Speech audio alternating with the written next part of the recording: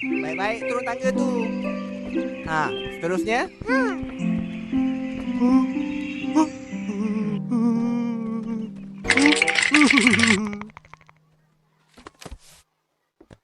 Sudah habis baca? Boleh pinjam lagi? Boleh. Macam biasa. Hari ni mau pinjam buku apa? Dah habis baca dah? Terima kasih. Tunggu saya. Oi, nak pergi mana tu? Pergi balik kelas. Tak nak pinjam buku ke? Kena pinjam ke? Mestilah membacakan Jabatan Ilmu. Yalah. Engkau pula nak pergi mana? Ha, minta buku. Apa?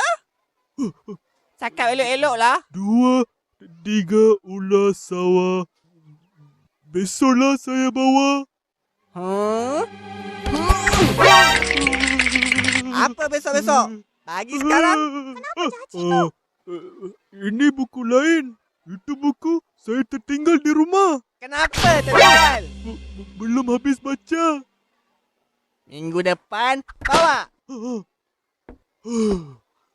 Kalau tak, kena denda.